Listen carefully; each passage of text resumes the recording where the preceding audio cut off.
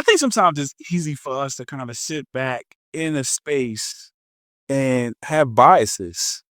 You know what? And I say biases on, like, for instance, like how people deal with issues, right? It is really based on their experiences. Like, our experiences shape us, but at the same token, we look at problems and we look out.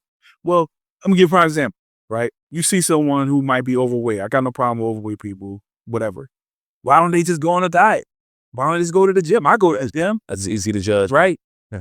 A bias, judge, right? And you might say, well, look, but at the end of the day, we don't know what their life is like. We don't understand what their journey entails, right?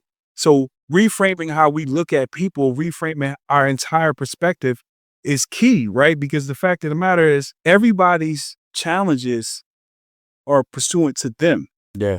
Right? Your challenge, what you might struggle with, might not be the same thing I struggle with. But at the same time, if I see you, and I'm bringing this to a close, I know sometimes I could talk a lot, but it's an opportunity for me to encourage you. So if you're in your journey, or if you're in the space where you having difficulty reframing, I think that's an opportunity for us to encourage. That's an opportunity for us to lift. They say iron sharpens iron. Yes, but do we really do that?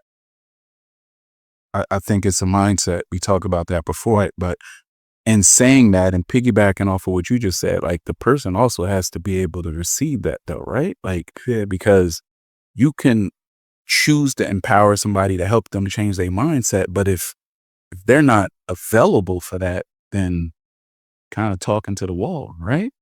And a person has to want to change. Like, they have to want to want to reframe their thinking. Yeah. Like, people get comfortable with thinking how they think.